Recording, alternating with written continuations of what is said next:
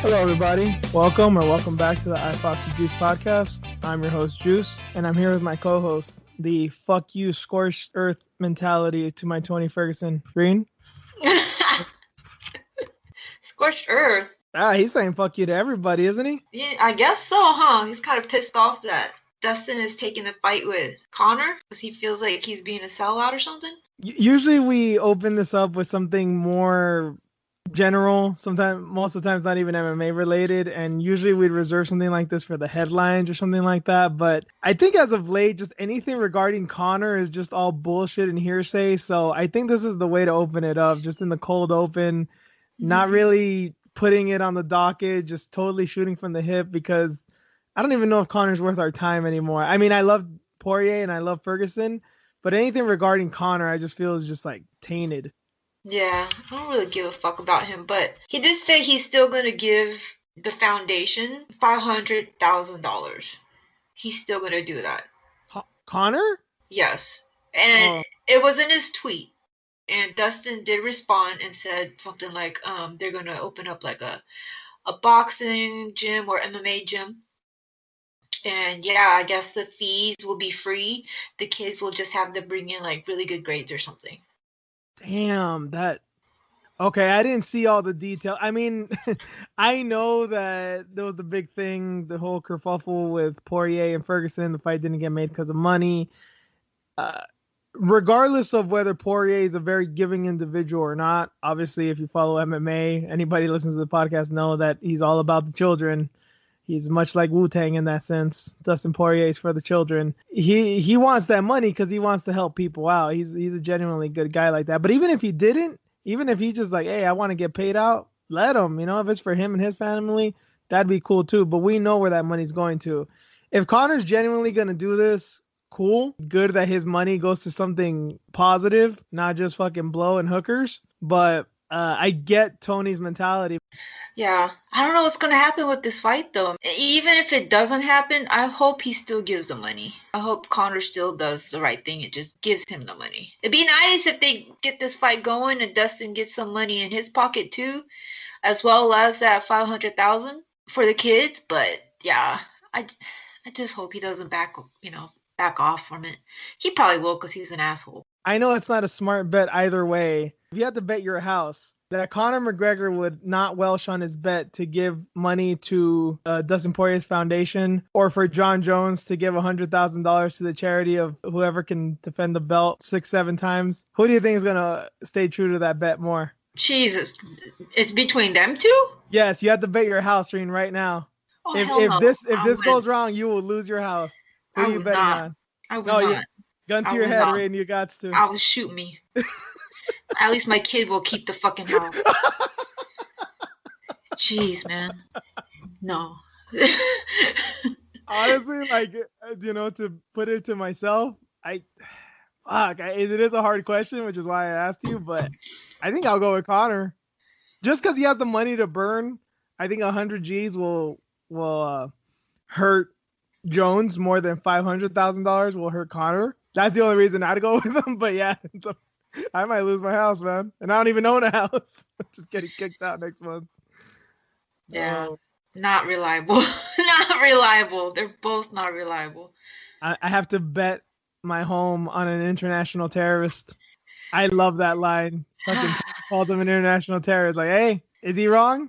No. I mean, by definition, right? He is, right? He came and he attacked the bustle of people, gave fucking Rose PTSD. There's people who have PTSD from fucking 9/11, man. And wearing, why in fucking Rose's PTSD from that fucking bus attack, man. That ain't cool.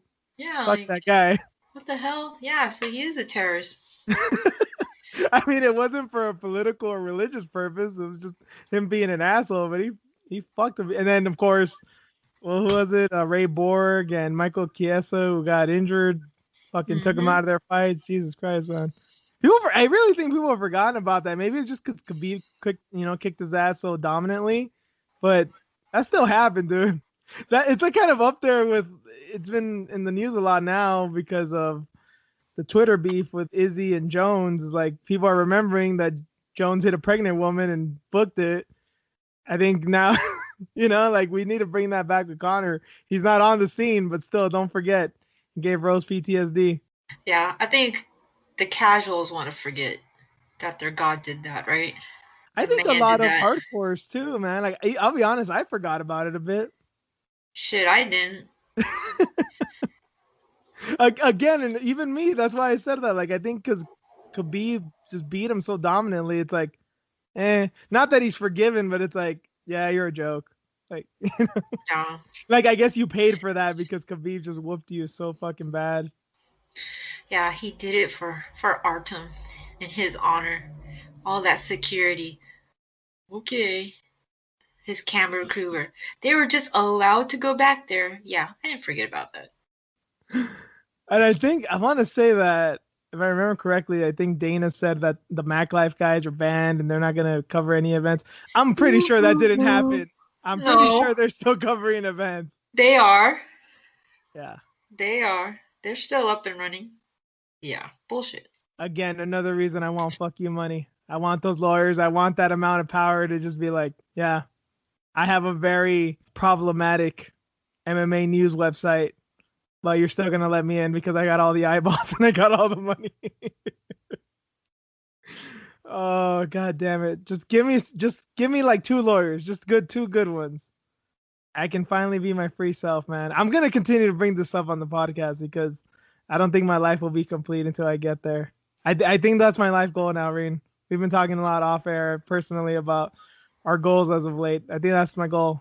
Two good lawyers. To get lawyers, yeah. Yeah, to get lawyers for whatever I want, just to have that backup. Shit, they come in handy for sure. I want the OJ dream team, Wow. Okay, you going that deep? Well, no. Don't get me wrong. I ain't going OJ's route, Okay. But to be fair, he's free right now. Oh shit, man! You need like accountants. He went to jail for something else. Yeah, well, you need accountants and lawyers that can look at the the fine print and see like what taxes you can like get out of paying. Part of me started to believe you don't even need lawyers that good to get out of that shit. Jesus, man. I swear to God, man. But to be fair, I got to look at the long picture of it. OJ may be free, but he's still broke as hell. Yeah, I think so, huh? Because he had to sell all his memorabilia, and he was trying to steal that memorabilia back, right? Is that what he did? He tried to steal it back. God damn, dude! Like, oh my God. That's one of those things. That's like that might be one of the dumbest crimes ever committed by anybody, celebrity or not. That's just like, dude, you literally got away with murder, allegedly, and you went to jail over robbing some people over some fucking memorabilia in Vegas of all places. Like, God damn it, son, dude. Just. But again, he's free, broke as hell, but he's free. Man, I love this country sometimes. How many countries can you say a dude like OJ would be free, man? Jeez, man. And then back on Twitter, remember when he got back on Twitter or something, or he started his Twitter account?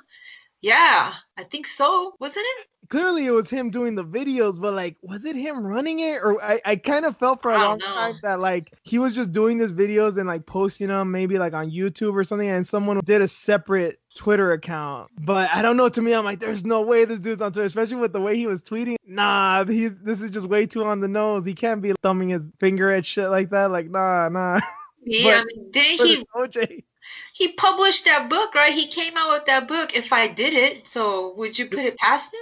Didn't make any money off of it though. All the proceeds from that, all the profit from that went to the fucking victims. Yeah, but still, he wrote it for them. He still wrote it. True. He's a narcissist. Like he's that guy. So I wouldn't put it past him. I've heard people say that if that shit were to happen right now, given that he's a football player, they would have made the argument instead of the whole racism angle, which I guess would still kind of work today. they would make the argument that he did it, but it was because of CTE. Oh God. I would have liked to seen how that argument worked in court. Yeah. we're kind of going down a dark route, but yeah, OJ endlessly fascinates me, so I couldn't not say anything about it, and talk about lawyers, and of course that shit pissed me off, man. With that fucking white Bronco in the middle of the Chicago Bulls game. Fuck, I forgot who they were playing, but they switched it off, and then they were showing OJ being chased by cops at 30 miles per hour on the freeway. Yes, going to Mexico. Fucking pissed me off. I remember that. And see, I as a child hated OJ because I was a little kid when that shit was happening. That motherfucker, all those court cases would interrupt my Power Rangers, man. I just wanted to watch Power Rangers. And I see this dude on TV. Like, who the fuck is this guy? Get him the fuck off my TV, man. I just got home from school. I want to watch my Power Rangers. Huh. No, there's OJ and this fucking Asian judge dude. What the fuck's going on here, man? Yeah. Was it Ito? Judge Ito? Ito, yeah. Yeah, Ito. Everybody was watching that shit. It was captivating. When we only had like a couple channels. Well, cable. No, I didn't have cable at the time either, so I didn't have much of a choice, man. I couldn't change the channel. It was everywhere. It's like, fuck, man. We didn't grow up with the internet, kids. It was a wild time. We were stuck, man. We actually had cartoons after school. Yeah, that was cool. But again, OJ fucked it up for me, man. Power Rangers, and I forget what else was on around that time, but yeah, I couldn't watch it. Fuck OJ, man. Not for the murder and all that, just for ruining my childhood because I can't watch my cartoons and Power Rangers. Anyway, moving on from all this, how we went from MMA to OJ and all this. God damn it, man. This is what we have the cold open for. We're going to try and stay on track now with just MMA. There was a fight last week. Decent fights. Not a great card this weekend, but we're going to cover it anyway because that's what we do. Quite a bit of headlines, a few matchups, and a new story as always. Let's stop wasting time and get straight into the rewind of Fight Island 4.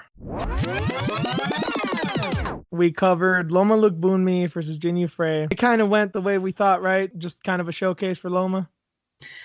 I didn't think it was going to be that, though. That was like total domination. Fucking clinic. Jeez, man.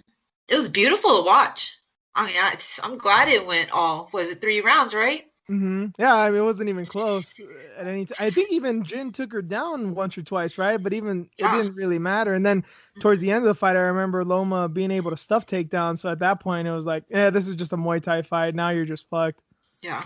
So we got to see that. That was cool. Yep. It was just too bad they didn't have like, the Thai music going on in the background because it was just straight up. Because I remember I told you I'm like I can hear their corners and it just makes me so happy because they're like hey, it's like watching a fucking Muay Thai fight.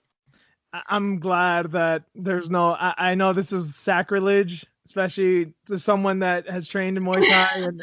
I can't stand the goddamn music, man. I understand. I love it. Maybe it's a bias. You're racist. That side of the world, probably. I don't eat much Asian food either, so fucking sue me. And wait till you hear what I got to say about Mexicans later on. But don't worry, that'll come in a few minutes. But shit. Yeah. Parental advisory. In a few minutes, if you're Mexican or you're easily offended by anti-Mexican sentiments, you should turn this shit off right now. But anyway, Loma, man, Jin, shit, man. Have you seen like? I know you've seen her in the UFC. You've probably seen like an Invicta fight or two. Like, have you seen her win? Have you seen her when she was good? Yeah. Like, she was pretty goddamn good, man. And I understand it's not her weight class. UFC is a different animal, but Loma was one of those fights. Like it's your. I mean, she could have been fighting her she could have been fighting her Invicta. If this was a title fight, which is very reasonable in Invicta, she would have got her ass whooped because that would have been her weight class. Nothing much would have changed, but I don't know what is it with Jin, man. She's been slipping for a minute here. She's just too focused on being bodied up. Like, does she do anything else? That's never changed, though. She's always looked like that. But she's getting older, so and the level of competition is just much higher. She just looked like she was so lost, like that was her first fight or something. Like she couldn't figure anything out. And like you said, it's the same weight class. She wasn't fighting, somebody else like Kay Hansen, somebody above her weight class. No, this was Loma. Yeah. So I just wonder, like, how is she gonna last or not? You think that she's might be more focused on strength and conditioning than actual skill learning and fight-based training? Maybe, because wouldn't you want to like put more weight on? If you are, you're gonna have to do it a certain way, right? I mean, she's already buff as shit, but yeah, you're gonna have to I mean, it might be a thing of you don't necessarily have to like go do more deadlifts and squats and shit like that. You might just have to change up your diet a bit, right? So you can actually gain weight and maintain it. Yeah, like she's like too lean, right? Yeah, too lean. Just get a little bit more meat on you. You look at Karate Hottie, like she was an atom weight and she's gotten muscular, but it's not just muscle. She's thicker. Yeah. I don't know if she did it the right way, but she definitely looks different than Jin. And she had a good body in atom weight too, but you can tell she's adjusted for the weight class. Granted, it's been a few years that she's been in the UFC, but it seems like she did it a little bit smarter. But I guess take it with a grain of salt because Jin Yufei's been in the UFC for a few months and Michelle Watterson's been in it for 6 years or so now. But yeah. I wonder, maybe give her Hannah and see what happens. Cyphers? Yeah. Oh, she's gonna fuck her up. I mean, that's another autumn weight, so maybe try that and see. True, right? Because we've had that thing, like, we want Cyphers to continue in the UFC, even though we know it's probably not best for her career, but just because she's such a fan favorite. And yeah, Jin that might be a fight that could favor her if she plays her cards right. Yeah. I actually like that. You don't think she's gonna get cut right now, though? No, I don't think so. Not right now. I keep thinking about like Onnit and her relationship with that, and then just her being a champion previously, with Invicta. Like maybe they'll probably give her another chance. Yeah, you're right. Because them and Invicta are tight. Had she come from Bellator or something, she probably would have been cut already. And Hannah's still around. I don't think they cut her, right? No, they haven't. Nope. So yeah, maybe do that matchup and see what happens. I want to see it. I can't argue with that. Yeah, I think that's fair. Speaking of, well, no, it's not talking about cutting because Carlos Condit won his fight, and good for him. Yeah, good for him. I'm happy. It was good that in 5 years, 4 years, something like that. Yeah, 4 years. I don't have to see. It's been 4 years of seeing him lose. I gotta win. That's good. Regardless of who it was against, Corey McGee's a tough motherfucker, and it was just, it's hard to watch, man, because I'm glad Condit didn't seem to get hurt. He didn't have this brutal war. He's just a shell of himself, and that sucks to say, even in a win, because I am happy he won, but it's like, fuck, man, the spinning shit, the high kicks, all the crazy shit he used to do when he was younger. It's like, it's just not there. It just seemed like a sparring match. It's just he managed to break Court's nose, so it was a violent sparring match, but it was just nothing too remarkable. Yeah, and it's like, what's next for him? Well, I guess he wants the Matt Brown fight, right? And Matt Brown seems to want that fight. I'm all on board for that. Like I tweeted during the fight, win, lose, or draw. I think we mentioned it on the show last week. Win, lose, or draw, he should retire. If he's gonna fight Matt Brown, I'm cool with that. If somehow Dan Hardy wants to can fight, make sure every time, I'm cool with seeing that too, because it's a rematch. Fuck, Nick Diaz too. Like, I'm cool with all the shit. Even, well, I don't know. I would say Robbie Lawler, but the first fight was so amazing that we know it can't be surpassed. And at this point, it's just gonna be like so slow, and it's gonna be like Shogun Little Nog, you know what I mean? Like, yeah, I'm sorry to say it like that because they're such legends. They're two of my favorite fighters, but it can't compare to the first fight. Yeah. Nick Diaz, okay, people were upset with that one. Let's see what Nick Diaz does. He hasn't fought in a while. Matt Brown, to fight the people have been wanting to see. Matt Brown's not exactly in his prime anymore. I'm down with those two fights, and then Dan Hardy in a way too. But other than that, I don't see why else he would fight.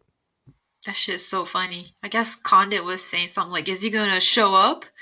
or some shit. And his Nick? Matt Brown.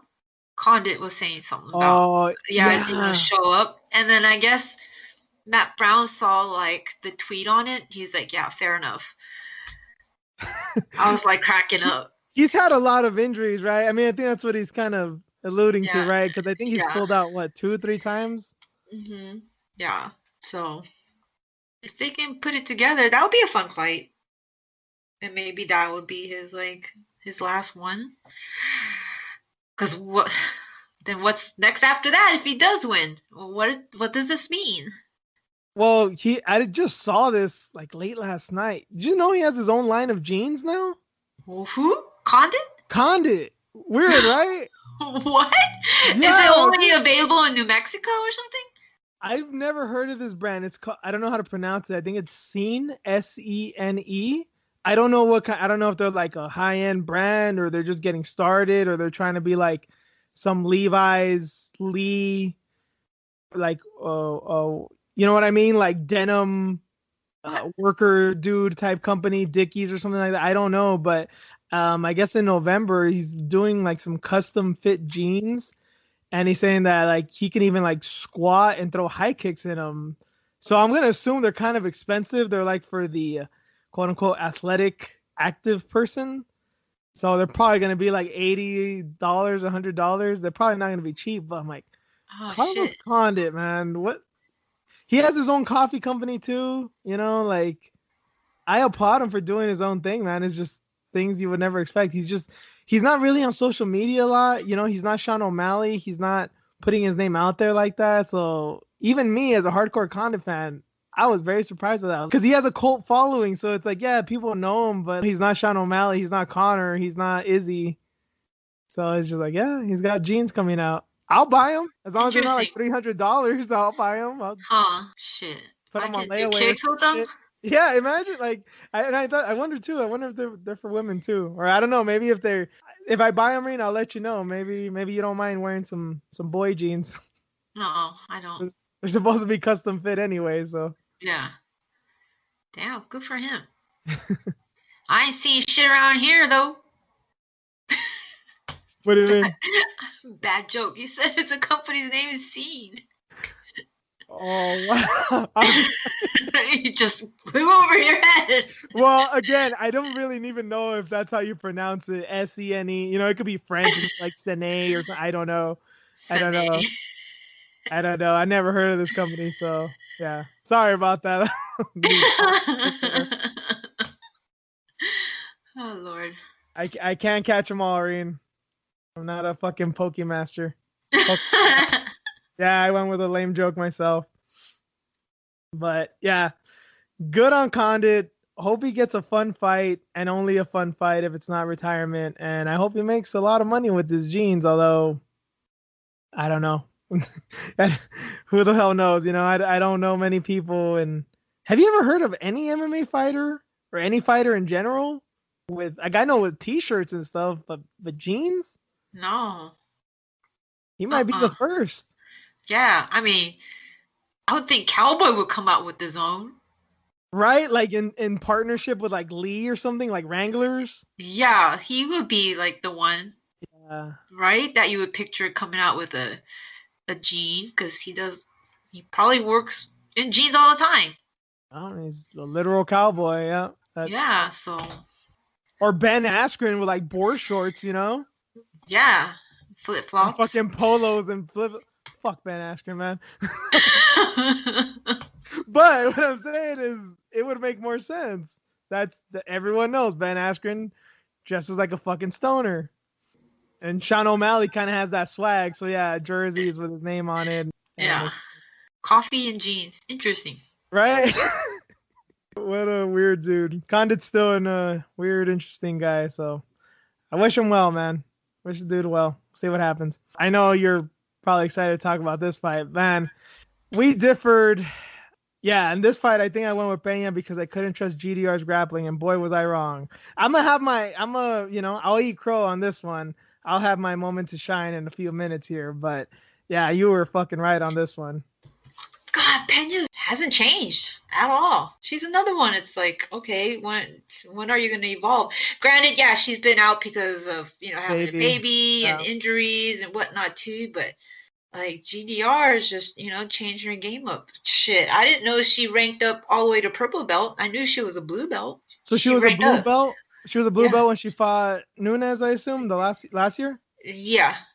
God, she looked like a first day white belt in that fight. Not really. I mean, what did she do in that fight besides the up kick? A lot of defense. She spent a lot of time on her back, but I'm like, damn, look at her.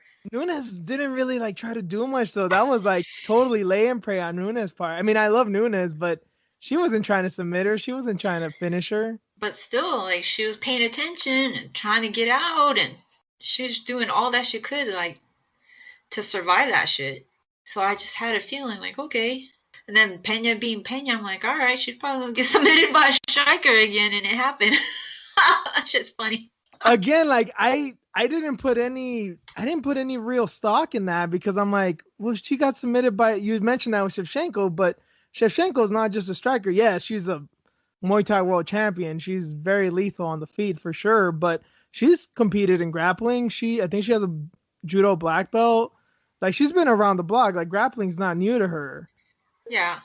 But so I wasn't all that surprised when that happened. It was just like, oh shit, Shevchenko has grappling to go along with her striking. We kind of found out that day, and she submitted other people since then and before. But just as GDR's first, I think, attempt at a submission, and she put her ass to sleep. Von Flue, she was going for the Von Flue in the second round, I think. And then she tried to transition into a triangle, but the bell rang. She got saved by the bell. So if she had time, Pena could have possibly been submitted then. So there's three attempts at a sub right there, out of a striker. I heard she was good on the ground, man. I heard she was good by brown belt, so. You were saying Eugene Robinson? Yeah. Who was talking about this? Eugene Robinson from, shit. I can't even remember that show's name. It's been so long. He has his own show stomper too. Bloody Elbow guy. Yeah. Yeah. He trains down in the Bay Area. Yep. He's been around the game for a long time. And yeah, she stopped by and trained with him and their team. I think he's been over there too because his wife is Dutch, I believe. Oh, so he knows firsthand. It wasn't just like, oh, I have a friend of a friend who. Oh no, he rolled with her. Yeah. Oh damn. Okay.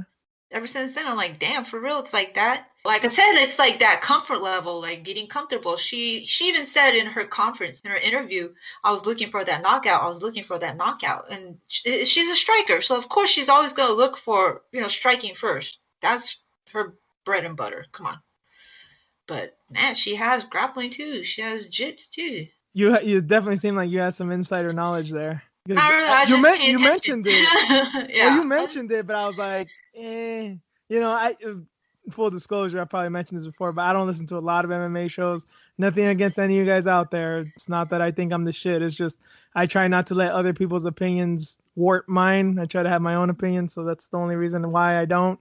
Whether you're here or a respected MMA journalist, I don't really listen to too much stuff. I try not to, just for that reason. Maybe after the fights, I'll tune into some. But yeah, good on you, Reen. I mean, someone's got to do it. I don't want to come off just like a total schmuck here, but good on you. I mean, you were right.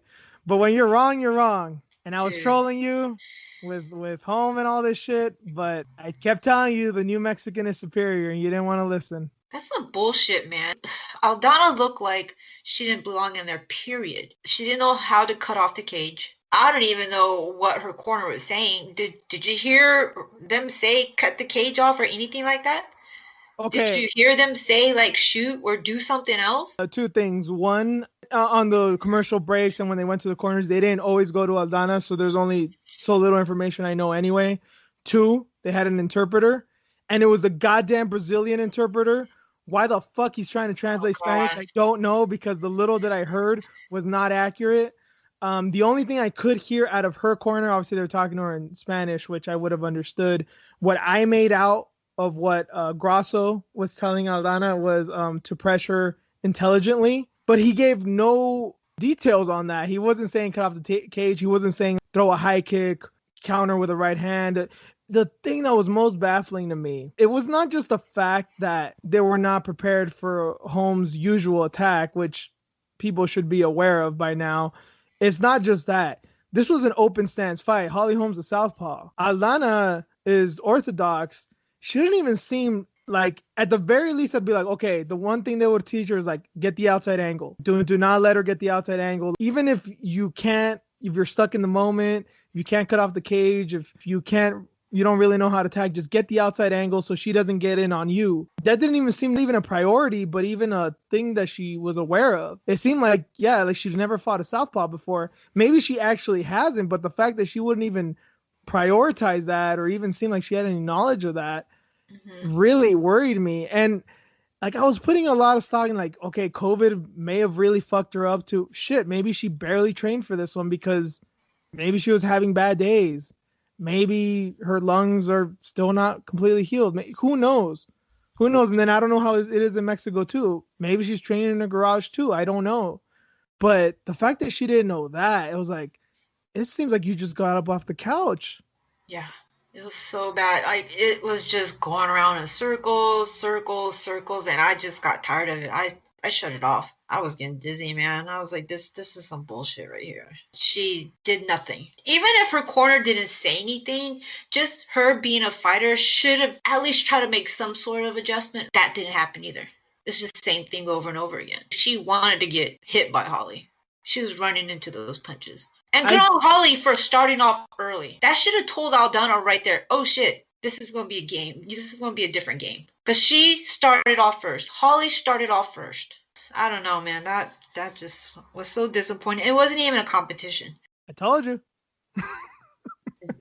I didn't think it was going to be that bad. Not fucking around. I'm purely chose Holly just to piss you off. I really did. But giving it 100, I did think that Holly would have, I thought Aldana could win, but I wasn't at all going to be surprised if she lost. I didn't think she'd get this soundly beaten. Yeah. But Aldana, this has happened with Aldana. Yeah, okay, she came in the UFC and lost to Leslie Smith. No shame there. Leslie Smith's an animal. It was her first fight in the UFC, Octagon Jitters. And she gave her a fight. I didn't put a lot of stock in that. Then she lost her follow-up fight. I forgot to who. And she lost to Tanya Evinger in Invicta. She got her ass beat by her in Invicta. But Tanya is a wrestler. She doesn't have the similar approach as Holly.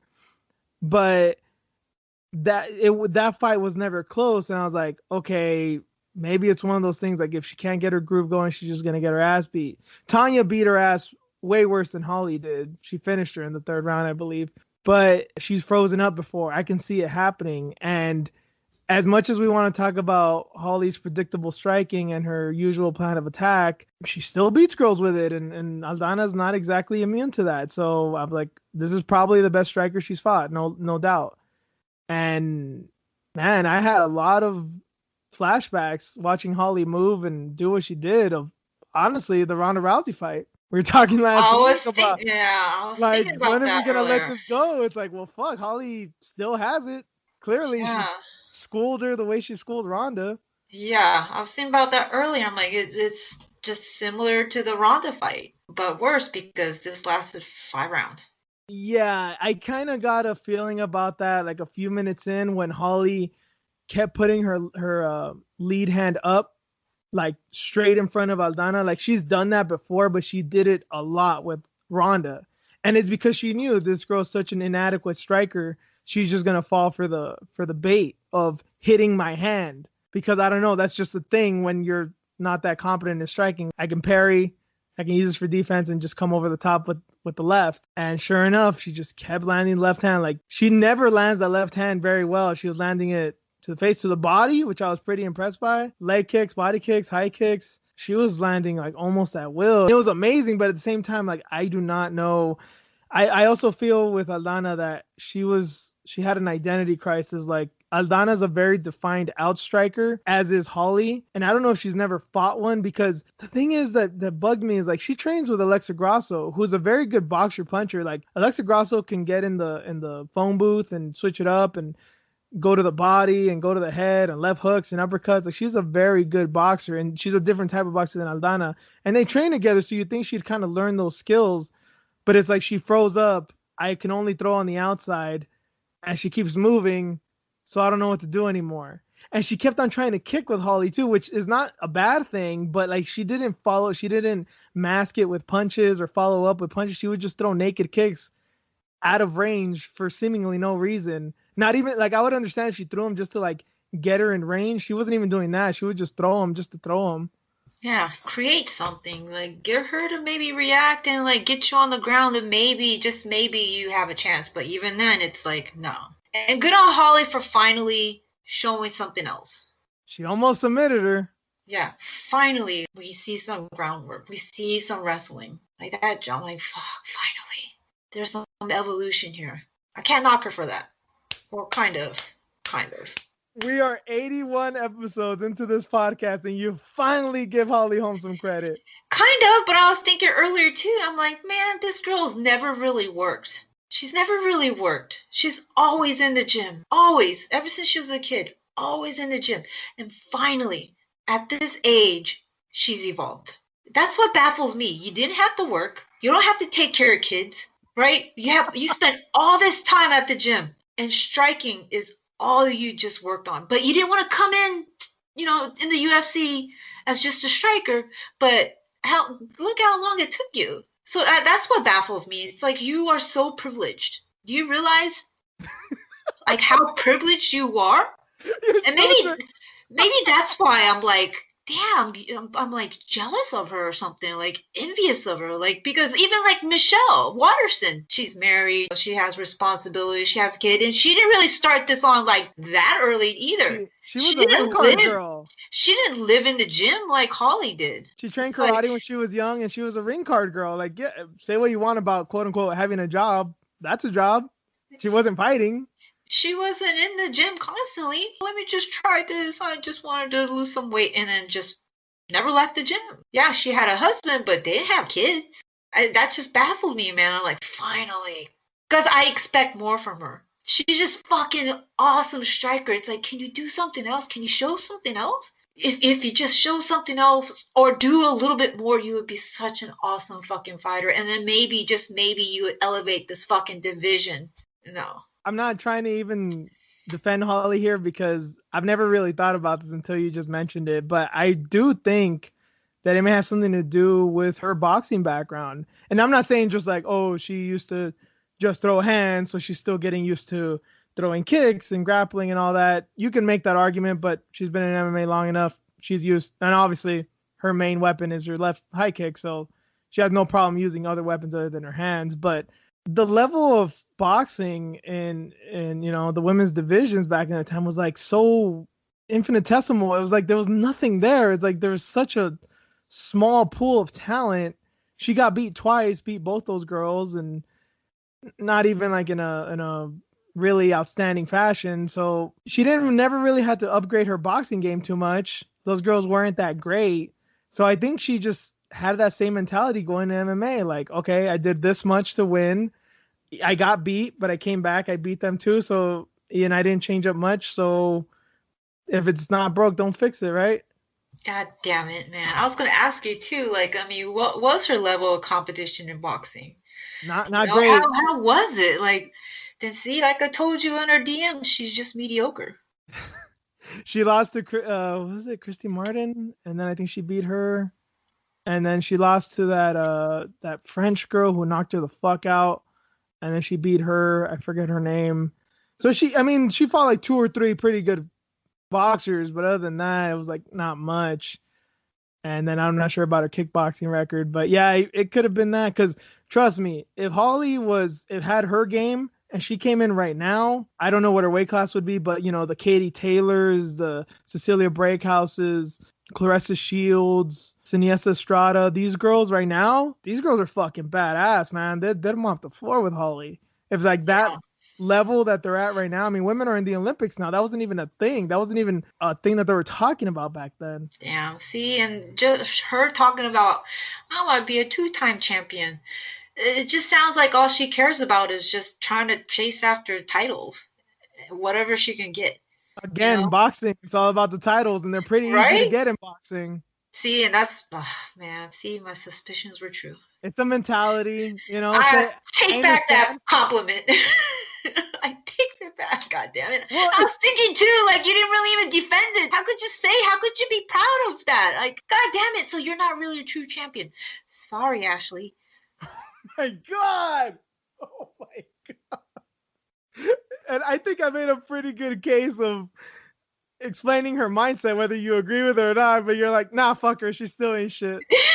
God damn you, Reen. Your haterade is just pure concentrate, just all sugar. If I had time like her, man, I would be a fucking monster. That's all I'm saying. God damn it, Holly. Hey, don't I hate get it on now. her. Don't I hate get on it her now. because she had time that you didn't. Come I on. know. I get it now. I know. I wasn't white privilege. I didn't have white privilege. Again, I'm not as light as her. I know, huh? Damn, dude. Immigrant mentality. I got COVID. I'll come back and beat the shit out of this white girl. Nope. White Mexican, dude. She's so pale. Told you. You didn't want to believe me. That's natural light colored hair too, right? Oh yeah, She has yeah. like No, she light looks colored hair. There's a lot of people that look at her like I've shown people that don't know that don't really watch fighting. I show her and they're like, she's Mexican. They're like, why does she dye her hair? Like she doesn't. That's what it looks like. She's from Sonora. She's from Sonora. They're very white up there. It's the weirdest shit. It's the weirdest shit in Mexico. Like here in America or in most places, you're from the desert, you tend to be kind of dark. Not in Mexico. And a lot of the desert areas in Mexico, you're like really, really pale. Canelo's from Guadalajara. Well, the thing with Guadalajara, there was like a lot of tourists there and a lot of Europeans came over there. So that's why he looks the way he looks. But that's kind of the case with a lot of the northern states in Mexico, and Sonora's one of them. What about Alexa then? Because she's light too. She's from Guadalajara, same place that Canelo's from. Oh, okay. So, yeah, they're probably They're neighbors. unusual. Yeah. Interesting. I learned something. Yeah, don't give all these Mexicans credit of immigrant mentality and hardworking Mexicans. Nah, she's white. It's in her genes. Oh shit! She had COVID. Don't start, Reen. I'll cut your mic off. I don't even know if I could cut your mic off, but I'll find a fucking way. I'll cut you off like they want to cut Trump off. Man, poor Rivers. He's probably like pissed off too. Oh yeah, shout outs to the homie Steven Rivers. He's back on MMA Twitter. You should follow him before he goes back in his hole to hiding. So yeah, he's a good follow whenever he's on Twitter. In 3 months he'll go back in hiding. But yeah, shout out to the homie. Very good friend of mine, Stephen J. Rivers. But yeah, that does it for the rewind of the Fight Island 4 card. So let's get into the preview for Fight Island 5.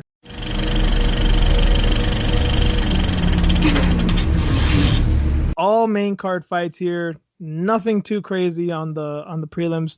Tracy Cortez is fighting, but she's fighting a newcomer, and Tracy Cortez is a promotional darling. So I figure I don't know much about this girl. I think I've seen her fight in Invicta once. I'm not expecting much out of this fight. She's pretty exciting, Cortez, but I don't know how dominant or how impressive this fight's going to be. So not really covering it. We'll see how it turns out, and maybe this girl's worth talking about, but we'll see next week. But aside from that, not a lot going on. So we're going to the main card. First fight we're going to talk about is Ben Rothwell and Marcin Tybura. So both these guys have fought pretty recently, and to my knowledge, neither of them have got COVID. So they've been fighting in the COVID era. Ben Rothwell last beat OSP, although by a hair because he almost got knocked out by him in the last 2 seconds. Marcin Tybura beat Maxim Grisham a few months back. I don't remember that fight. I don't know who that guy is. I know he'd kind of been on a skid. He's rebounded 2 wins in his past 2 fights. So this is going to be interesting. Rothwell, I think he beat Struve before that with the nut shot, even though he was losing. So they both have kind of a weird records as of late. So yeah. I don't know. This fight can be pretty lame, or it can be just kind of a shit show and still kind of exciting. I think it's going to be lame. Lame and entertaining. I don't know about Rothwell, man. I'm trying to think of how many lame, entertaining fights have we seen? God, Derek Lewis and Francis? That was just lame. That was just bullshit. Nothing happened. I feel like Derek Lewis fights. Yeah, there's like some Derek Lewis fights where they're like, man, nothing's happening, and then a bunch of violence happens, and like what's his name, Lewis and the Russian Volkov, just getting the shit kicked out of him, and then the last 10 seconds happens, and like, oh, okay, now it's all of a sudden it's awesome. I can't think of anything else right now. Yeah, man, OSP going up in weight and shit. That Rothwell fight. He was off for about 2 years too, right? Big Ben. Did No, he well, cough or not something? recently. Not recently. He like two But years ago. before, right? Yeah. Yeah, like I think from like 2017 to like 2018, 2019. Like yeah, it was like a year and a half or something. Yeah, But not really active. he's been back for a minute. Yeah, not really active though. I want to talk about his age, but he's a heavyweight. It's just It who just gives a happened. shit. Yeah. Yeah. Tybura was good for a while, lost a few. I mean, it's kind of a gatekeeper type, but he always seems like he's one or two fights away from being like a top 5 guy. Yeah. I don't know, man. Tibera, I think I'll just go for him. I'm not sure. It could just happen, just knockout and that's it. Or it could just be like a long, drawn out fight. I'm actually gonna go with Rothwell because he's a weird fighter, and Tybura is not like the most technical fighter on the roster, but he's more technical than Rothwell, which would make you believe that I would go for Tybura since he is the more technical fighter. But I think he's probably so used to reading patterns and getting a feel for a fight, and it's hard to do that against Rothwell. So I think Rothwell's gonna surprise him, probably jab him up, get some good kicks in, and then he's got underrated submissions too, so I wouldn't be surprised if he either drops him and gets him in something, or maybe even takes him down and goes for one of those go-go chokes like how he submitted Josh Barnett back in the day. He might surprise us that way. Yeah, I'll go with Rothwell just because, fuck it, why not? Maybe just to go against you. It's like, oh, whatever. Doesn't really matter. It's an odd card. Yeah, again, not a lot of meat on this card, but the last two fights, especially the main event, should be good. But yeah, let's get into the co-main event. Edson Barboza is going to fight Makwan Amirkhani. Barboza was supposed to fight our boy, Sadiq Yusuf. Visa issues, right? We've covered this before. Visa issues for Sadiq, kept him out. So Makwan took his place.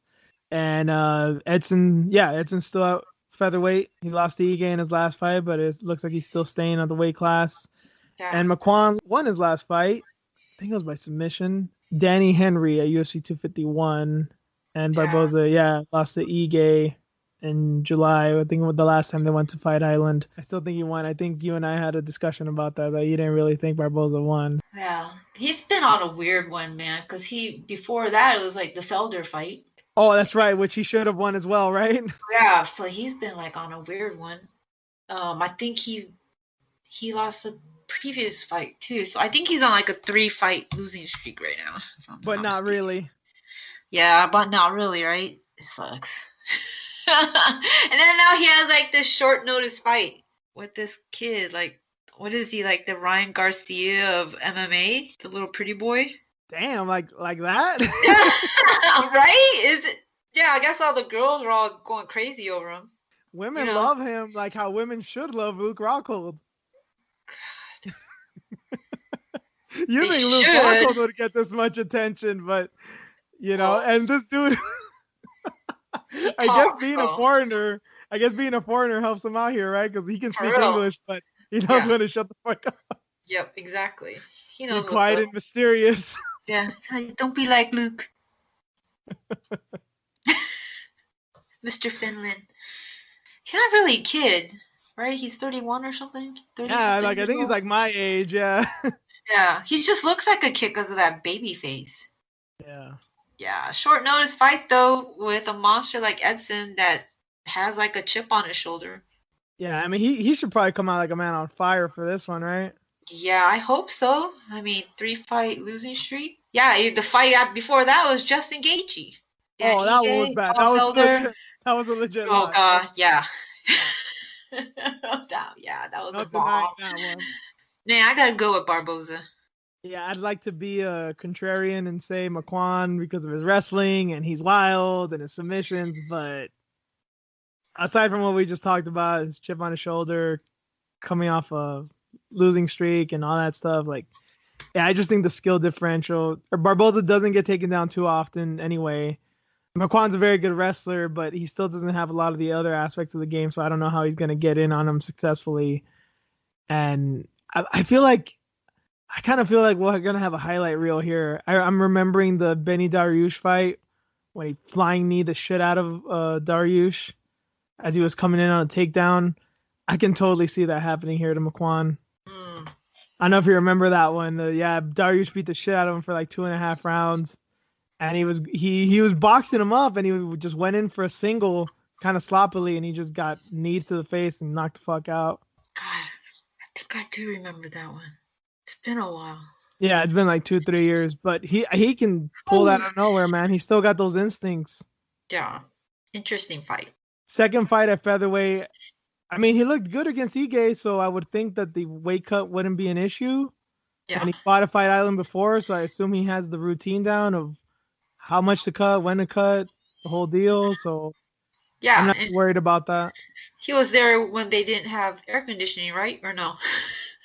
I think they had it. I think Did they have air conditioning that time? At Fight Island, yeah. I think it was the Abu Dhabi card. Oh, okay. Year, which actually, now that I think about it, I think he fought Felder at Abu Dhabi. That the Khabib fight last year. Yeah, that's a bitch. That's a bitch and a half. Yeah. Like, he's got some experience in Abu Dhabi, man. Yeah. So Barboza, got it, noted.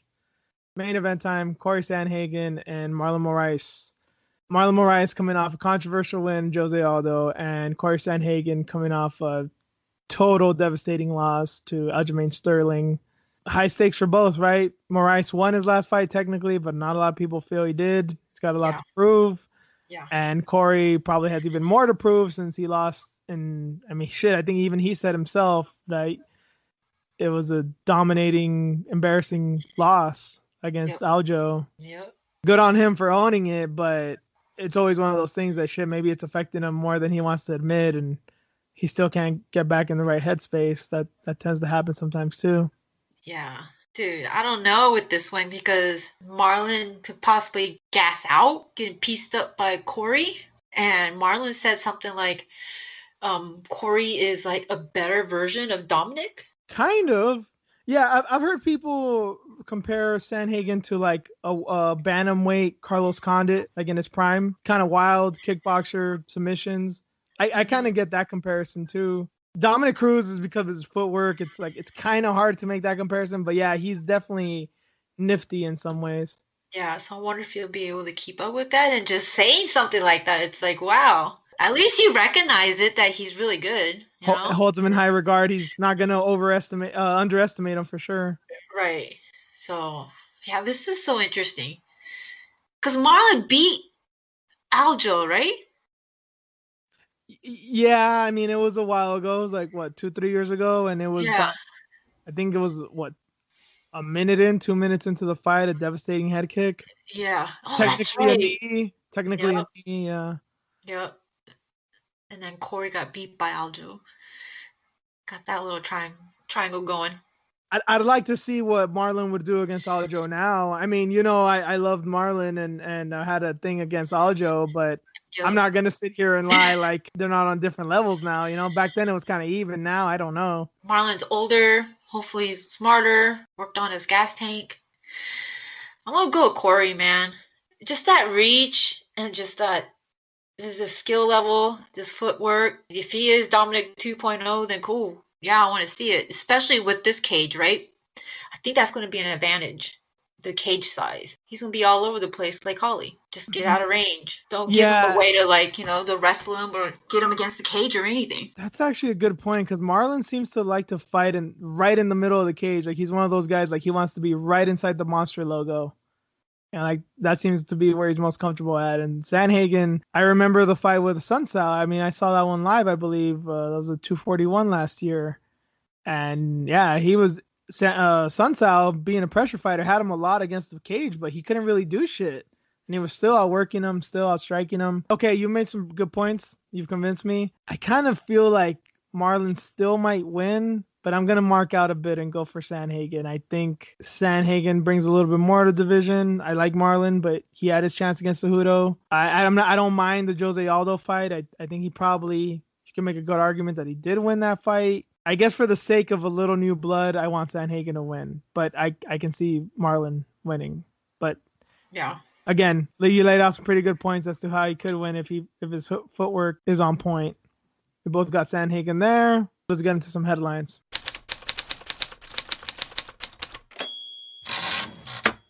Breaking news. I don't know when this happened. I I only read it about an hour ago, but this was news to me. Rafael Dos Anjos has tested positive for COVID-19. He's out of his UFC 254 fight with Islam Makhachev. No word yet as of if there's going to be a replacement for Islam, and obviously we don't know when he might come back because he could get it bad, it could be a false positive, or he could be totally asymptomatic. Wishing him the best. It's unfortunate that fight was supposed to be a banger, and that was supposed to be a 6-fight main card too. He was supposed to be on the main card, so I wonder what they're gonna do now, especially because Makhachev's a pretty dangerous guy, and I'm interested to know who wants to take that fight right now. I mean, I know there's fighters who want to fight. I wonder if they're probably gonna bring in some newcomer. I don't know, man. It's just wild to me that RDA made the decision to go back to Brazil and train. Wait, so he caught it in Brazil? Yeah, I guess he went back to Brazil to go train. He wanted to get his old groove back, I guess, and get back with his old team, and like go on that championship run again. And he wanted to go back home, and Brazil, homie, come on, like it's bad down there too. Probably worse. Because he's been in California for a hot minute, right? Because he won the belt with Cordero. Yeah. And he left him, and he's been with Perillo for a while, right? Yes. Yep, he was with Perillo. So he left Perillo to go back to Brazil. Yep. Dude, Cordero's the one that made him a champion. I mean, if he left him because he thought he could improve with Perillo, and clearly he'd been having success, I don't begrudge him for that, but it seems like your success came in America. And yeah, we're in the shit right now, especially with this pandemic. It's not good, but we're probably better than Brazil. Maybe. I don't know. Like why? The numbers are not on our side. He is in California, and as you and I both know, I mean, we live in the state. Mm-hmm. We're better here than Florida or the Midwest or something. Yeah, say what you want about Newsom, but he tried it and he kept us safe, and much better than other states. Definitely better than Brazil. Yeah, just by the area, right? California compared to Brazil. So I didn't understand that, but that sucks. Hopefully he has a speedy recovery. He's getting up there in age, so I don't know if it's going to damage him or not. I don't know what kind of treatment he's going to get down there. That sucks, man. You know what I just thought about since we've been talking, well, not just us, the whole world has been talking about Trump's positive tests and all that. Hasn't felt better in 20 years because of all the steroids they pumped him with. If you get COVID, do you automatically get a TUE if you have to go to the hospital and they pump you full of steroids? I don't know. Right? Like I don't know. USADA and this whole deal of like, have they even been testing? And, because there's the thing with clenbuterol. That's been a thing for a good while of, okay, you go to Mexico or to go to some of these other foreign countries and you eat the meat, you might test positive for clenbuterol. But if I got a possibly deadly disease, they needed to pump steroids in me to save my life. Are you going to suspend me for 2 to 4 years? Well, can USADA even travel internationally? Do they have agents down there? I would think in Brazil, given how many fighters there are in the UFC, that they would have an office or at least a couple agents down there. But then again, with the economy and the way shit is, like, how much is the UFC paying out? How much funds does USADA have to begin with? Yeah. I feel like this might happen. I feel like someone's going to test positive and it's going to be like, yeah, but dude, I had COVID. They had to pump me full of steroids. That's a interesting argument, right? Like, I needed it to save my life. To live. Right? Like, what do you want me to do? And why can't you just make the argument like, well, the president got it? That too. God damn it, man. And he got it practically for free because he only pays $750 in taxes. Well, that's not even including the health insurance angle of it, but anyway. Can you imagine? Be real, Reen, when you read this news, were you kind of like, man, I want what he's having? Like, can you imagine what he could get done if you had the blood plasma treatment and the steroids and all that shit? Imagine what you could be doing at the gym right now. Seriously. Fuck having COVID just for like performance enhancing right? Like, purposes. Can I have some of that cocktail too? How about some stem cells too while you're at it? Damn, that was wild, right? The stem cell thing is like a fucking Republican just straight up took, stem cells to fix himself. God damn it, man. Meanwhile, there's still the whole Roe v. Wade thing that everyone's shitting themselves about, the Supreme Court justice, right? Like, what a fucking time, man. This is why although I follow this shit, I can't take it too seriously, man. Like, the president just got COVID, took steroids and stem cell treatment. Meanwhile, they're still trying to get a justice who's anti-abortion. Like, what the fuck, dude? It's wild. Crazy times. Not to just interject politics in there for no reason, but when the president's taking steroids and we're talking about MMA, it seems fitting. That's just my opinion. Yeah. Just talking about role models and shit and leading. Hey, if that's your role model and that's the way to lead, then you should do steroids too. The American way, clearly. Well, shit, it was in baseball and that's the American pastime, right? Oh yeah, exactly. Exactly. Yeah. God, don't they feel stupid now? Like they went years and years trying to, go through all the trials and shit and drag baseball, and then look, the president's taking steroids. And fuck, they had baseball players go to Congress, so that was clearly an issue to America. Now it's like, nah. Yep. President, that's all good. It's he's getting like the Anderson Silva treatment, like, oh, he tested positive for like 18 steroids, but he broke his leg, so it's fine. He just needed to clean his leg. Never mind that he was fucking. He didn't know what it was. Yeah. He didn't know what it was. He was drinking fucking just gamma rays, trying to turn into the Hulk, but he had a broken leg, so we gotta excuse him. I still remember that shit. Still a cheater, Anderson. I'll say it. I don't give a shit. 2020. He's fighting in a few weeks too. We're gonna talk about that too. I'll bring it up then as well. Okay, I'll save it for then. Please, just write it down. We'll have this discussion later. I'm sure it'll be great. Can't wait. Sorry about that, folks. Getting into the next bit of headlines here. Kamaru Usman and Gilbert Burns will not take place at UFC 256. So this was scheduled for the end of year card. Sounds like Kamaru still has some lingering issues with an injury. I don't know if he got it in the Masvidal fight or possibly even before that. I'm not going to bash him for not taking the fight. I want to see him fight Gilbert. This is a good fight. I think Gilbert's a deserving contender, but I just have a feeling. I don't think that's the fight we're going to see next now. Yeah, they didn't say what happened, but he's always had issues with his knees, right? Maybe he broke his foot stomping on Jorge as well, Maybe. But, yeah, if he needs more time, he needs more time. What can you do? I think, who was trying to put their hat in? Was it Leon Edwards? Nah, that dude ain't fighting nobody. I mean, well, even Wonder Boy's like begging him, like, I respect you, bro, but I still want to fight you. He's like, actually getting Wonder Boy to be a little bit confrontational right now. Yeah, somebody was going back and forth with Gilbert though. Like, I'll take the fight, and he's like, no, why should I go backwards? You need to fight somebody else. It wasn't CamSoda, was it? No, Sounds like it would be. It was a Twitter battle. It was probably Ali, like. Yeah, exactly. Anyway, so yeah. I think with the John Jones Izzy stuff, like that was probably one of the biggest stories this week. But it's just been going on. Like I'm kind of done with Twitter right now, man. For this week's, like even with the John Jones Izzy stuff, like oh god, they both get good licks in, but my god, both these dudes, like they're still going. They're still fucking going. It reminds me of just other shit going on in MMA Twitter, right? It's like just like an expanded version of the stupidest shit. Yeah, hopefully Twitter beefs, man. Hopefully he'll be out of quarantine soon, so he doesn't have to deal with this bullshit. He can get back to training instead of trolling, Jones. Yeah, because Jones is just out with his fucking dog having a good old time, and Izzy's like in quarantine. So yeah, Izzy's just he's just, Jones it's should be like paying him to troll, man. Right? Jones should be like taking care of his kids and shit and like teaching his kids how to read, but he'd rather be trolling. Hey, why you always gotta bring up his kids, man? You don't talk about a man's kids like that.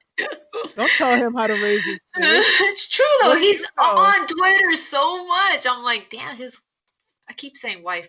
I want to say wife, but fiance or girlfriend or side piece or whatever you want to call her is doing all the work. She know what she signed up for. Huh. Yep.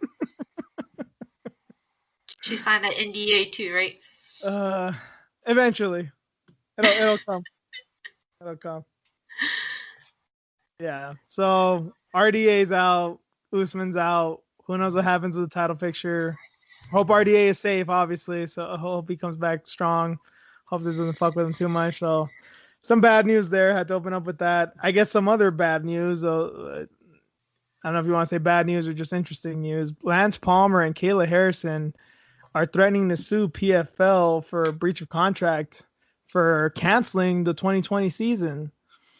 I first saw this, I believe, by Cheap Seats Chat, Jason Burgos on Twitter. Good guy. We used to write for a same site for a while there. He's on SureDog now. Good dude. And he was saying that he doesn't think this is going to go anywhere because PFL, although they don't have a lot of money, they have more money than Kayla and Lance Palmer. So he doesn't really think this lawsuit's going to go anywhere. I know people are probably just always dreading and find lawsuits so boring, but I don't know. I guess because I like the arguments, I was pretty interested in this. But it's a good debate to have, right? If you're not offering me fights, why can't I sue? But with the way this is going to turn out in court, yeah, they're probably not going to win. No, I doubt that. I mean, they're really going to drag them to court. They have that kind of money. Well, maybe Kayla, huh? Yeah, didn't they both win $1 million or something? Oh, that's right. Yeah, there's that churn. But, taxes and managers and all, Yeah, they could probably put up a fight, but to win, yeah. To drag it out? Yeah. And then if you're in court, they're not going to book you to fight. I mean, COVID could end next month or it could end in a year. I mean, who the fuck knows? This may be a moot point. If a pandemic is still raging next year, which is very possible, it's like, well, you're still not going to fight. Yeah. And it's a little too late, don't you think? Because 2021 is kind of around the corner. So they could have a fight booked then. So what's the point with the lawsuit? Yeah, right. Because I wonder what would happen then, right? Like if I'm the PFL matchmaker or president or whatever, and I go up to them and say, okay, we'll offer you such and such fight for May of next year. Can you still sue me? I mean, I offered you a fight. Right. I mean, 2020 is the reason why they're suing. They didn't agree to this, right? They shut it down because of COVID. Okay. 2021 is around the corner. They could just be like, hey, what about a fight in January? And be doesn't mean it's asshole. gonna happen. Yeah, and it doesn't mean it's gonna happen. It's just, hey, we offered you a fight. Yeah, so kind of late. Maybe if they would have did something like in April or May. Well, I don't think they announced the canceling of the season till like the summer, till like July or something. Because people were like, is it happening? Is it happening? Like maybe it'll happen in October. Because like with sports too, like football, they're like, oh, well, it's in August. Maybe the pandemic will be over by then. Yeah. So I think they thought like maybe it'll just start out late. Where are they based? Nevada. PFL's based in Nevada too? Nevada, yeah. Yep. Okay. Yeah, because they're still World Series of Fighting, and they were based in Nevada too. So see, they have to go with their guidelines then, right? Yeah, like to me it was interesting because it kind of reminded me of the Canelo lawsuit, but Canelo's got money. That's a fight that he's probably gonna win, even though he's he's going against the Zone and Golden Boy with the money he has. That's gonna be a hell of a fight in the courtroom, and he has a lot of grounds. I feel like Palmer and Harrison have grounds, but what do they have to fight with? Yeah, and then the UFC, they're based in Nevada too, but their situation is unique because they have their own facility, unlike the PFL. Right. You have to go with their guidelines. They're not going to let you fight at this venue or whatever because that venue might get sued. Yeah, and then the other thing is like, okay, UFC has their own location. Fair enough. You make a good argument there. Boxing's doing it in Vegas too. They're calling it the bubble, the little like Mandalay Bay. I forget what it's called, the little room, because it's not in the whole arena. It's like a small room where they're fighting, but they're having fights every week. So boxing, like Top Rank, has that booked. So I don't know what other hotels or casinos or arenas are going to try and have more combat sports. Like I'm pretty sure the governor or some of the people are like, fuck, that's enough. We got boxing here. We got MMA here. Just call it a day, and they're making money already. So they probably just don't want to have further risk right now. I mean, shit, with Top Rank, they're really taking it seriously. Like there's not even announcers in the arena. They only have like one commentator, and then even the refs are wearing face masks and the shields as well. So they're like really, really taking it seriously. So yeah, they probably don't want to fuck with it anymore. Yeah, interesting. We'll see what happens. There was other legal news this week, although it just didn't come of much. I guess they heard Mark Hunt's argument. I don't think that's going to go anywhere anymore. And then they dismissed Dana White's sex tape, which I wanted to talk about, but I just feel like Dana's been a staple in Nevada. Clearly, he's got connections. It's not surprised that it went that way, you know? A lot of legal news in the MMA front, but it really hasn't amounted to much as of late. So this might go the same way.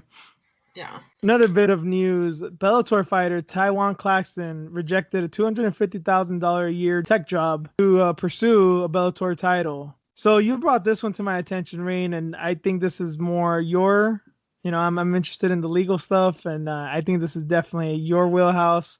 I want your opinion on this because I don't think I even have one on this subject. That's amazing that like he was just out trying to, see what his worth is kind of, because he wasn't really taking it seriously to land this job, right? So good on him to see how much he's worth if he were to get back into the tech world. That's a lot of money, man. I don't know how long he's been doing work like this, but that's a lot of money, especially in Ohio. He lives in Cleveland, Ohio. Oh, shit. Dude, they're hurting right now. I mean, like the Midwest is, it's bad.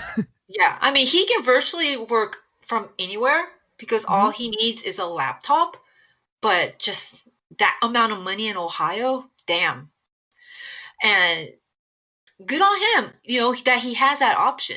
He can do what he wants, which is fighting, have fun with that, and then come back and get a job in tech again. So I don't understand why people are like shitting on him or saying, what the fuck? You probably won't even like make that much money fighting. Well, he probably put some money away. Yeah, and this isn't I had no idea he was I barely know this guy. Like, I mean, I've heard of him, I've seen him fight, but I had no idea what his day job was or what he studied or anything. He's a pretty good fighter. I know he has a good record, but yeah, that's a good point. He's not going for a waiter job. If you miss one phone call, that job's gone tomorrow. It's a low skill job. Tech, yeah, even if he loses this opportunity, he could probably get in somewhere else. And this tech is one of the few things during this pandemic that it doesn't seem like a lot of wages have gone down. And if anything, they benefited because they've just been working from home. If that's your deal, shit, you got it made. Yeah, and he's not like developing he's not working on website designs or something. There's like different levels of like coding that you can do. No, he is actually doing like applications for like Swift. I think Swift is actually used by like Apple, Java, and he's using all these like high technology stuff. He's a fucking smart guy. He knows what the fuck he's doing. And I understand why he doesn't want to take this opportunity right now, because it's a lot of hours that you have to put in. Try sitting at your desk for 10 to 12 hours a day and trying to make deadlines. Nope, not for me. Nope, I'm out already. You're constantly sitting at your desk and coding and trying to figure out where the bugs are, constantly testing to see if your code works, or even just taking somebody else's code and trying to read that shit that you didn't even write. All this coding and all this notes and shit. Yeah. Some of you have never sat at a desk that long. So good for him, man. Like, goddamn. There's another one that's like a computer science nerd. Juan Adams is another one that's a computer science nerd. I don't think he does like coding and stuff. But yeah, good for him, man. $250K in Ohio. That's a lot. Now, out here in the Bay Area, probably not that much, but out there, fuck, dude. And he can develop apps on the side while he's training if he wants to. Yeah, it takes me a day and a half sometimes just to edit this fucking podcast, and that's not even a big deal, man. That's only just because I'm anal and I'm a fucking weirdo like that. But yeah, that's not for me. I'm good. Great money, of course, but yeah, I can't just sit like that. That's why sometimes I can't even write. Like, I'm like, fuck, I'm just sitting here for like 2 or 3 hours. Like, it drives me crazy. I don't know.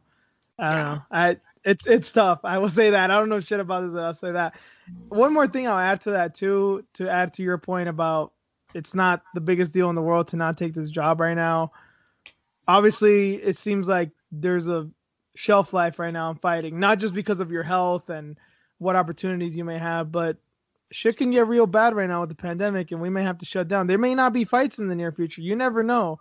I mean, they're in Connecticut. They're at an Indian casino, I think, in Bellator. But shit, what if shit gets real bad? Then they have to shut it down. Nothing's assured right now. So if that does happen, that job's still gonna be there. Yep. Okay, we're gonna shut down for 3-4 months. Okay, I can't fight right now. I'll take this job in the meantime. And shit, maybe he likes it and stays with it, or he might still have time to train and do his thing and fight, and he has freedom. And god damn it, he has freedom, he has options, and he could get a lot of money right now. That dude is very, very, very lucky, very blessed. He could probably do it right now. He probably develop apps right now that's like generating income. We don't know, but he has that knowledge to do it. So he can do both right now. He doesn't have to work full time under somebody and just be chained at a desk. Like, he can do it during his, off time or during breaks or whatever. Like, he can probably like code on his phone. Good on him, man. Yeah, we'll probably talk off air about this a lot, because clearly you know a lot about this, Reen, and whenever anybody specializes in something like this, I want to know all about it. So yeah, we're probably gonna be having combos off air about this. Very interesting. I guess in tech related news, has to do with the internet. This website, CamSoda, porn site, has gotten into MMA again. This is not the first time they've had I forget what the promotion was, but they had some kind of promotion hosting fights there. And they've gotten into this deal with Mike Perry and Lattori. Whoever the highest bidder is can be at their corner. Darren Till got involved. Then CamSoda got involved. Then Kendra Lust got involved. I love it. I just... God. You know how much I love stupidity and madness. I just love it. And it's so weird that Mike Perry is a heinous individual, but he's such an idiot. I'm not going to say it's hard to not like him, because I don't like him, but he's so goddamn entertaining, man. Yeah, it's funny that it was a joke. People are laughing at him that he had his girl in his corner, and then he upped the ante, and look at where he's at. Like, Kendra wanted to give him $6,000. Till wanted to give him $5,000. Till actually has a GoFundMe page right now to generate, raise that money. Kendra said $6,000, and I'll pay for Till's reservations and airplane and ticket, like all travel stuff. Darren Till may be the most anxious person in the world right now. Like, I'm gonna get paid $5,000 to fuck Kendra Lust. There's no way she's gonna pay for his bill if she's not gonna fuck him. I'm not trying to be an asshole here. I'm not trying to slut shame. Kendra Lust does what the fuck she wants, man. And she loves MMA, and she's not going to do this just for entertainment. She wants something out of this. Oh, hell yeah. Of course. But yeah, CamSoda is in the picture now. But Malky Kawa, he tweeted something that now there's like NFL players that are... I totally forgot about that. Yeah, NFL players or whoever that are interested in cornering him. So Malky has a lot of connections too. Like, I actually believe him. I know managers talk a lot of shit, but I actually believe him there, because he manages John Jones. Shit, it might be John Jones brothers, or someone that's close to them. Like, he knows players. Yeah. So good on Lattori for kind of holding out and saying no to Kendra. Because at first I was like, don't do it, girl. You gotta take that fucking money. Who gives a shit who it is? Like, set yourself up now, because what the fuck are you gonna do? After Perry's career is over. I mean, you don't even know if this relationship's gonna last that long, so you better fucking make some money too. Get some visibility. Now they got the NFL interested in cornering, so set yourself up, girl. It's crazy too. It's like, it's not like NFL football players aren't playing right now. The season's going on. I mean, maybe these are bench players, maybe they're injured, but it's not like you don't have a job to do. Well, there's I forgot what team it was, but there was like COVID going around, so they had to postpone some fights. Oh, Cam Newton got COVID. There was another guy, I think it's the Panthers. I forget what team that I think got it today or yesterday. So yeah, I mean, obviously it's affecting them too, but then again, we want to say, oh, will the UFC even allow this? Because this is kind of these people could be infected, especially in the NFL. They don't give a shit. No, they'll just test them and see what's up, and it's visibility for them too, right? And they got more eyes on the sport. Yep. I was thinking earlier today too. I'm like, it's kind of amazing that I know they don't have a lot of media members, but with given how many fighters have tested positive, it's amazing that no media member has tested positive that we know of. I know. You know, I mean, they're traveling so much. They're not traveling exclusively with the fighters, right? On that luxury plane. no, I mean they're doing it on their own, but still, I mean, knock on wood, I don't wish anything bad on anybody. It's just surprising. Yeah. Yeah. Or refs. It doesn't seem like refs or judges have test positive, but then again, maybe they're just keeping that out. Who knows? But yeah, Lattori and Mike Perry might, and this is for a Robbie Lawler fight too. This isn't just some scrub. Like this is gonna be, it's gonna be a sad fight most likely. But he may, I think, who was it? I think what's his name? Aaron Bronstetter. He said something like they may have accidentally found a way to fund training camps by doing basically nothing. And shit, remember, I mean, after Perry's last fight, people were trying to pay his taxes for God's sake. Like, I don't know, man. Mike Perry might be like, you know, we called Aaron, Eddie Alvarez, the Underground King. Yeah. He may be the new one, man. Like, he may have this fucking fan base that was just, you know, like this fucking hardcore MAGA type dudes. Like, wherever Mike Perry goes, we go. Like, he may have like legit fans, dude. Yeah, he just creates things out of shit, huh? He just. When life gives you lemons, Mike Perry makes fucking lemonade, man. Damn, that guy. He sweetens the shit out of it. Somehow, right? Like, damn, how do you? Okay. I mean, he's still way downgraded from Platinum Princess, but that's beside the point. You win some, you lose some, I guess. Yeah. Shout outs to Platinum Princess or Danielle, whatever, Diamond Danielle, whatever her name is now. Go get some of her booty bands. She's got her own little thing going on now on IG. But speaking of IG and models and porn, OnlyFans is the thing we like to talk about a lot on the show. You know, darlings like Beck Rawlings and Cindy Danzwall, girls we love, are on there and kind of made some comments about some of their picks. And they did an article, I believe it was on MMA Fighting. I forgot who wrote it, but they're talking about the business of OnlyFans and female fighters in the business right now. And I loved how blunt Beck Rawlings was about it. She was just saying, like, shit, I got no worries right now. I have no shame.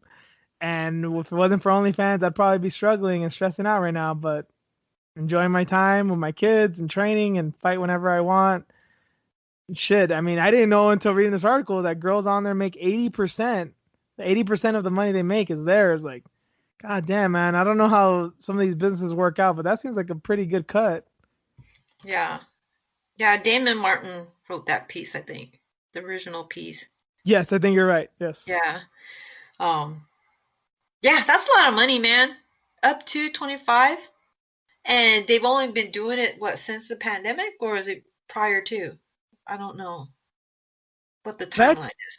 Beck probably started a little bit before the pandemic, but clearly it's been steady stream of revenue. And yeah, you're talking about one of the managers said that he knows some fighters that have gone somewhere around $15,000 to $25,000 this year, right? Just from OnlyFans. Yeah.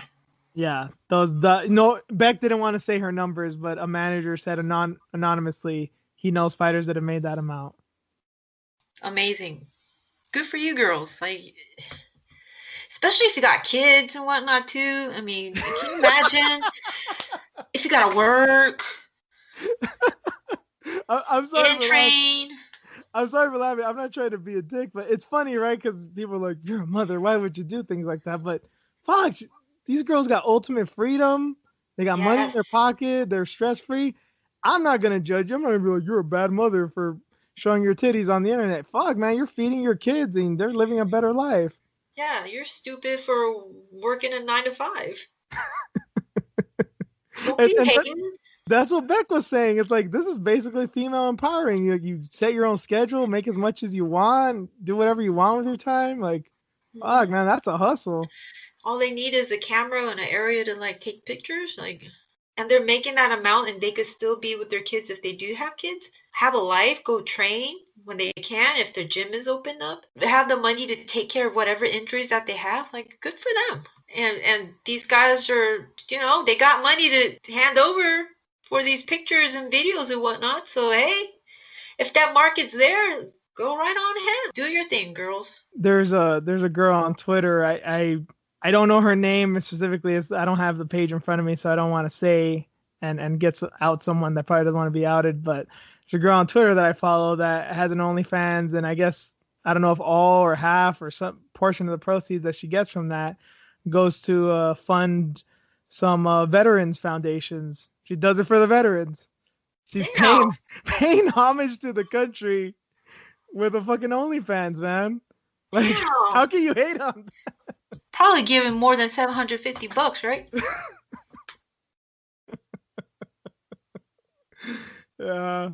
Yeah, it's wild, man. And I know this is kind of a joke on MMA Twitter and people talk about OnlyFans, but as I was reading the article, it reminded me of something. You know about the Bunny Ranch, right? Yeah. Okay, and for those of you guys that don't know, there's a brothel in Nevada. I believe the county's Henderson. It's the one county, I believe, in Nevada that allows prostitution. Prostitution is legal. And there's the well-known Bunny Ranch. I remember seeing this special on CNN. I think it was Lisa Ling. She was talking to some of these women. And, she covers all sides. Like, yeah, there's women who are like, I make a lot of money and this kind of sucks. And there's other women who are like, man, I make good money and I'm totally happy here. It really made a good case for the legalization of prostitution or sex work, if we're being politically correct. But there's something I saw in that show that I'll never forget. There was a woman on there, because I guess some of the women that go on there a lot that make good money are teachers. They go for the summer because, there's no school during the summer. So they'll go for 2 or 3 months and make some pretty good money while they're supposed to be on vacation. At least that's what they did back when I saw this. And there was a woman, I guess, who was like, quote unquote, the number one girl. Like she got the most customers.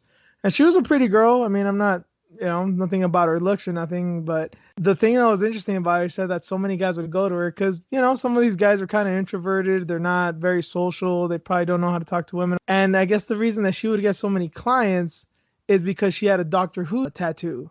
And that's like a really nerdy thing that some dudes are into. So a lot of guys would, quote unquote, pick her because they seen her tattoos and they saw her Doctor Who ones and they felt like they could relate to her. Like, oh, you like Doctor Who too? And they felt that was a way to bring up a conversation and they just felt comfortable around them. And I guess they're like, oh, she's a nerd like me, so I want to spend time with her.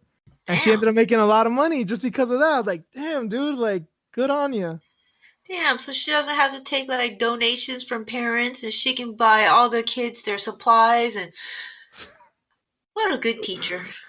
Oh my God. You know what? I wish I can laugh at that, but I can't because that is really, she didn't say that, but that's a very good possibility that's maybe where some of her money went. If not, maybe a good portion of her money went. God damn it. Yeah. I mean, she's doing it for the kids too, man. Not just her wallet, but kids.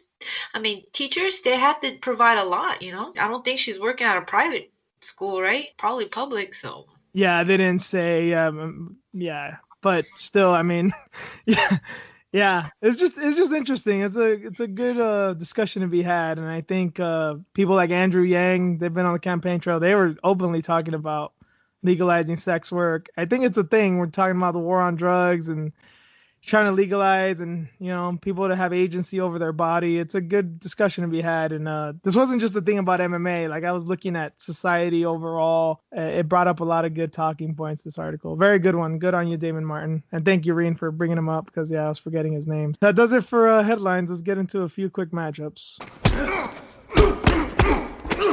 First up, Casey Kenny is going to fight Nathaniel Wood at UFC 254. So we got a dropout with Dos Anjos and Makhachev. So maybe this is the fight that goes up in the card because that main card looks fire. Nathaniel Wood, obviously, still... was John Dodson his last fight? Remember he got knocked out by Dodson? I just don't remember if that was his last fight. Shit, no. Was it? Probably. I can't remember. I think it was, yeah. Damn, it's been a while. And Casey Kenny's been on a pretty good win streak. He was a former LFA champion. This could be a good fucking fight, man. Be a banger. Yeah, and this is a good card in general. So this is the next pay-per-view coming up in a few weeks. So be on the lookout for this one. One more UFC fight because we actually covering a Bellator fight, which we rarely do, but this is a pretty good one. But another UFC fight. Jeremy Stephens is scheduled to fight Arnold Allen on a fight night card on November 7th. Arnold Allen, he's probably had a fight after this, but the last fight I remember him having was against Gilbert Melendez, where he beat the absolute shit out of him. He's clearly on the way up. Jeremy Stephens last got knocked out by Calvin Kattar, right? Yeah. So this seems like one of those springboard fights. They're trying to push Allen, seems like, right? Yeah. Jeremy's been on a skid there, I believe.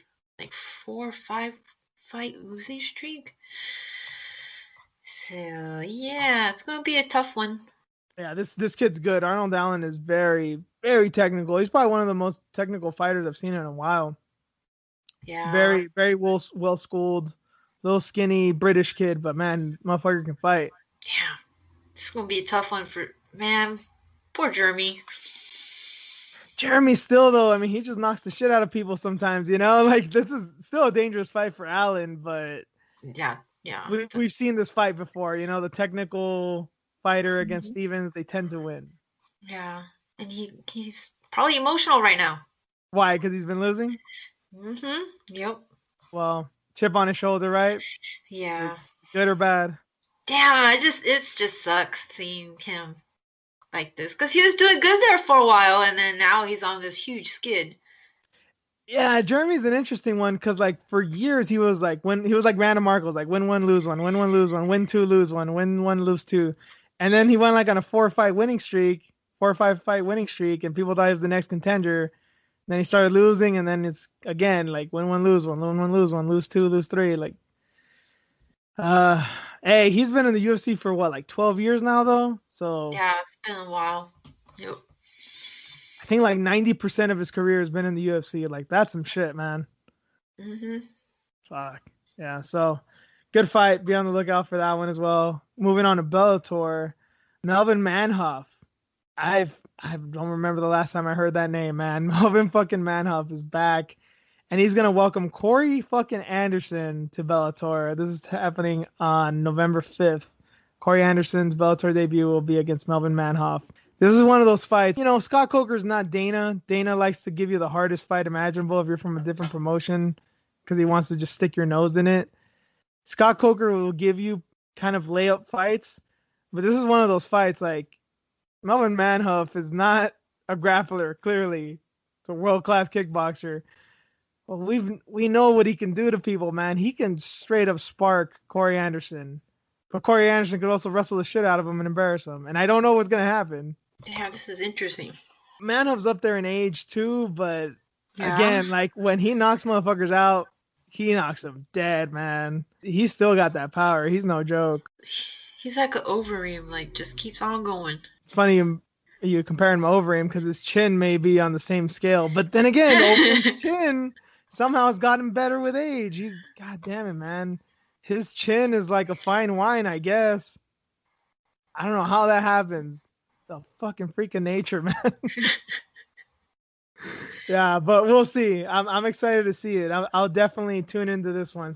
Usually with Bellator, like I'll catch it later. This one, like, yeah, I'm gonna drop what I'm doing and try and catch it. Yeah, just to see how Corey does, right? Yeah, see how it goes, and yeah, if it was a good move or not. Well, actually, this is a move he wanted anyway, so regardless. And regardless, yeah, and he left the UFC, but he left on a loss. Jan Blachowicz knocked him out. Maybe his chin's still not all there right now, and Manhoef gets a good one on him. Maybe that's lights out. Very excited for that one. That does it for MMA. So let's get into our news story of the week. Headline is, California governor's office tells diners to wear masks in between bites, quote unquote. So there was a tweet sent out by the governor's office, and the tweet goes, going out to eat with members of your household this weekend? Don't forget to keep your mask on in between bites. Do your part to keep those around you healthy. # slow the spread. So You guys, if this is your first time listening to the show, we'll just put this out there. I mean, we're from California. We've alluded to that before. Both Reen and I take the pandemic very seriously. I mentioned when this whole thing started, this is one of my biggest fears. We've been living with this for months now. Kind of get used to it. People are getting complacent. It worries me, but I get where they're coming from. But just because we're on board with taking this shit seriously doesn't mean that people can't go overboard. I still can't believe they tweeted this shit out. Right? Like if Gavin Newsom, if our governor went on a press call and said something like this, it'd be confusing, but at least he can elaborate, right? You have 280 characters on Twitter, and this is confusing. And and then especially that it's coming from the governor's office. Like, is this a direct order? Is this like a law now? Is this just a suggestion? Is this for real? Is anyone going to pay attention to it? And then sometimes, even if people aren't going to pay attention or take it seriously, what if some restaurants do? What if they're going to ask people to seriously put their mask on in between bites of food? Because that's the thing. And we're not allowing indoor dining in California yet, at least in most counties that I know of. I think it's the same thing up there, right, Turin, by Sacramento? We have some indoor. There's a capacity limit, but yeah, there's some indoor. Okay. Here is like, it has to be outside. Everyone's has umbrellas and awnings right now because people are only eating outside right now. So that's how it's going over here. From what we know of the virus, it seems like the spread is diminished outside. So that's good. I understand wearing a mask when you're doing your orders because you don't want to talk, possibly contaminate, infect someone like that. But I mean, it's an inherently risky thing to go out to eat anyway. That's what I don't get. Yeah. Like, right? Like, if you're scared of the virus, why would you go out to eat? Exactly. And like, if you're with your family members and eating indoors, like, wouldn't you be okay? I mean, because the next table could be like 6 feet from them, right? They could be spread out. Yeah, from what I've seen here too, the tables are not spread out that much. They're like maybe 2-3 feet. Like, even if you trust your family, you live with them, you probably should. Like, you're outdoors, but they're still really close to you. Sometimes they have plexiglass, but like, how much is that gonna stop? Yeah.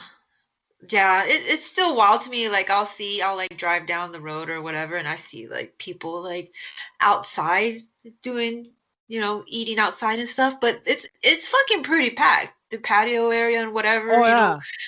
I'm like, wow, okay, well, that's their decision, that's their choice, but I wouldn't do it.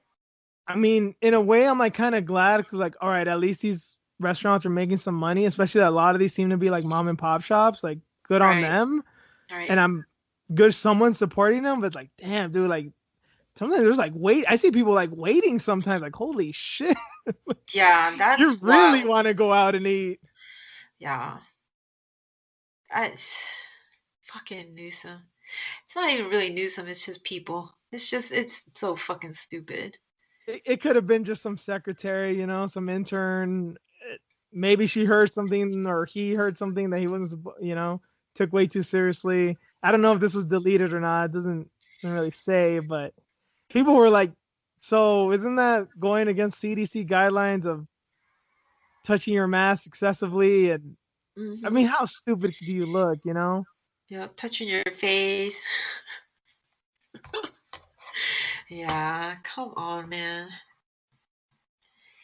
It's just stupid. Like, I think we know by now, especially our state. I think we know by now.